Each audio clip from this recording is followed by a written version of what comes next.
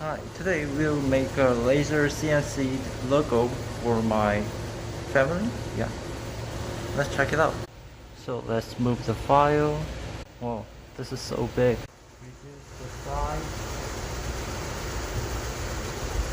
Like this. And now we will ungroup the composition and we will make a separate to the engraving line and the cutting line.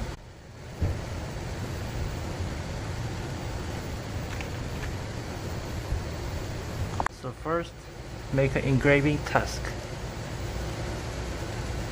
Make them aligned in here, which will be on exact size, the position in there, and add task.